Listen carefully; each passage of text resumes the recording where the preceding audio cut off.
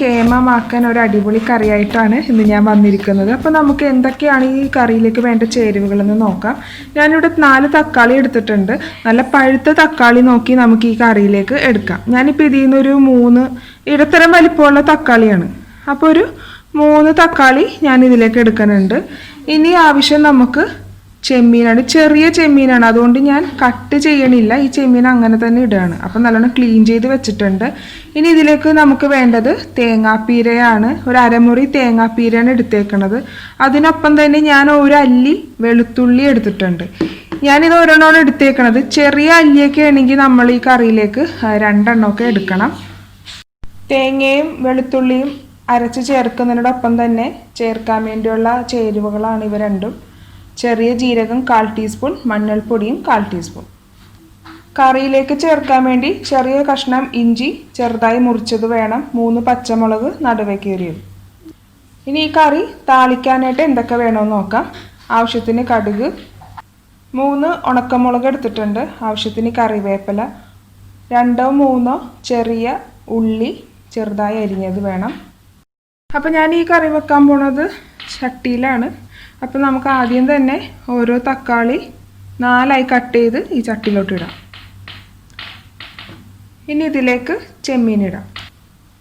ഇനി ഇതിലേക്ക് ഇഞ്ചിയും പച്ചമുളകും ഇടാം. ഇനി ഇതിലേക്ക് ആവശ്യത്തിന് ഉപ്പിടാം. ഇനി നമുക്കിതൊന്ന് വേവിച്ചെടുക്കാം. അപ്പോൾ നമ്മുടെ തക്കാളിയും ചെമ്മീനും വേവിക്കാൻ വെച്ച സമയം കൊണ്ട് ഇനി നമുക്ക് തേങ്ങ അരച്ചെടുക്കാം. ഇനി നമുക്ക് ഇതിലേക്ക് മഞ്ഞൾപ്പൊടിയും ചെറിയ ജീരകവും ചേർത്ത് ആവശ്യത്തിന് വെള്ളവും കൂടി ചേർത്ത് നല്ല വെണ്ണ പോലെ അരച്ചെടുക്കാം. അപ്പോൾ നമ്മൾ തേങ്ങ അരച്ച് നല്ല വെണ്ണ പോലെ അങ്ങോട്ട് അരച്ചെടുത്തിട്ടുണ്ട്. ആവശ്യത്തിന് വെള്ളമൊക്കെ ചേർത്തിട്ട് അപ്പോൾ ഇനി നമുക്ക് കറി ഉണ്ടാക്കുന്നതിലേക്ക് നോക്കാം. അപ്പം നമ്മൾ തക്കാളിയും ചെമ്മീനൊക്കെ വേഗം വെച്ചായിരുന്നു. അപ്പോൾ അതെങ്ങനെയെന്ന് നോക്കാം. പെർഫെക്റ്റ് ആയിട്ടുണ്ട്. അപ്പം നിങ്ങൾ ഒരു കാര്യം മാത്രം ശ്രദ്ധിച്ചാൽ മതി. നമ്മൾ ഇതിലേക്ക് വെള്ളമൊന്നും ചേർക്കേണ്ട ആവശ്യമില്ല. തക്കാളി ഒന്ന് വെന്ത് കഴിയുമ്പോഴത്തേന് അതിൽ നിന്ന് തന്നെ വെള്ളം ഊറാൻ തുടങ്ങും. അത് മാത്രമല്ല ചെമ്മീനിൽ നിന്നും വെള്ളം ഊറാൻ തുടങ്ങും. അപ്പം അതുകൊണ്ട് നമുക്ക് പ്രത്യേകിച്ച് ഇത് വെള്ളം ചേർക്കേണ്ട ആവശ്യമില്ല. അപ്പം ആദ്യം ശ്രദ്ധിക്കേണ്ടത് എന്താണെന്ന് വെച്ചാൽ നമ്മളൊന്ന് ഈ ചട്ടിയിലേക്ക് ഇട്ടൊന്ന് മിക്സ് ചെയ്ത് കൊടുത്ത് നമ്മൾ ഗ്യാസിലേക്ക് വെച്ച് കഴിയുമ്പോൾ ഈ ചട്ടി ഒന്ന് ചൂടായി വരുമ്പോഴേക്ക് നമ്മൾ ഈ തക്കാളിയുടെ തൊലി ഈ ചട്ടിയിൽ പിടിക്കാൻ ചാൻസസ് ഉണ്ട്. അപ്പോൾ അതുകൊണ്ട് നമ്മൾ 2 തവണ ഒന്ന് ഇളക്കി കൊടുക്കുക. അപ്പോൾ ആ ഒരു ഗ്രേവി ചെമ്മീനിൽ ഇറങ്ങി തുടങ്ങാം. ആ സമയം വരെ ഒന്ന് ജസ്റ്റ് സ്പൂൺ വെച്ചൊന്ന് മിക്സ് ചെയ്ത് കൊടുക്കുക. അല്ലെങ്കിൽ തക്കാളിയുടെ തൊലി ഇതുപോലെ ഒട്ടിപ്പിടിക്കും. അപ്പോൾ നമ്മുടെ കറി അടുക്കി പിടിച്ചു പോകും. കരിഞ്ഞ ഒരു ചൊവയൊക്കെ ആയിരിക്കും. ഇതിപ്പോൾ പെർഫെക്റ്റ് ആയിട്ടുണ്ട്. ഈ കറിയിൽ നമ്മുടെ തക്കാളി സാധാരണ കറി വെക്കുന്ന പോലെ അല്ല ഉടഞ്ഞ് കിട്ടുകയൊന്നും വേണ്ട. ഈ ഒരു പരുവത്തിൽ മതി. അതുപോലെ ചെമ്മീനും വെന്തിട്ടുണ്ട്. ഇനിയിപ്പോൾ നമുക്കിതിലേക്ക് തേങ്ങ അരച്ച അരപ്പ് ചേർക്കാം. നല്ലോണം അരച്ച് വെച്ച അരപ്പ് ഇതിലേക്ക് ചേർക്കുന്നതാണ്. ഈ സമയത്ത് നമുക്ക് ഉപ്പ് നമ്മൾ ഓൾറെഡി ചെമ്മീനും തക്കാളിയൊക്കെ വേവിക്കണ സമയത്ത് നമ്മൾ ചേർത്തായിരുന്നു. പിന്നെ ഉപ്പിന് നല്ല കുറവുണ്ടെങ്കിൽ നമുക്ക് ഈ സമയത്ത് ചേർത്ത് കൊടുക്കാം. ഇനി നമുക്കിതൊന്ന് മിക്സ് ചെയ്യാം.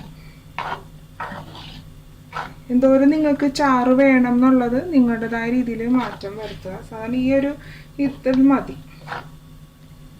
അപ്പോൾ കുറച്ചും കൂടെ നിങ്ങൾക്ക് വേണമെന്നാണെങ്കിൽ നമ്മളിപ്പോൾ മിക്സിയിൽ നമ്മുടെ തേങ്ങയുടെ അരപ്പിൻ്റെ ആ ഇതിലേക്ക് തന്നെ കുറച്ചും കൂടി വെള്ളം ഒഴിച്ച് ഒന്ന് മിക്സി ഒന്ന് കുലുക്കിയിട്ട് ഇതിലേക്ക് ഒഴിച്ചാൽ ഗ്രേവി കുറച്ച് നീട്ടി കിട്ടും.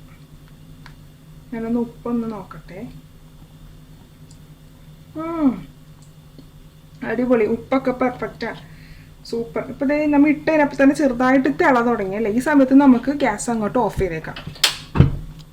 അപ്പം നമ്മുടെ കറി ഇപ്പോൾ റെഡി ആയിട്ടുണ്ട്. ഇനി നമുക്ക് താളിച്ച് ചേർക്കണം. അപ്പം ഞാൻ അതേ വെളിച്ചെണ്ണ ചേർത്ത് കൊടുത്തിട്ടുണ്ട്. തീ കുറച്ച് വെച്ചതിന് ശേഷം നമുക്ക് കുറച്ച് കടുക് ഇതിലേക്ക് ഇട്ട് കൊടുക്കാം.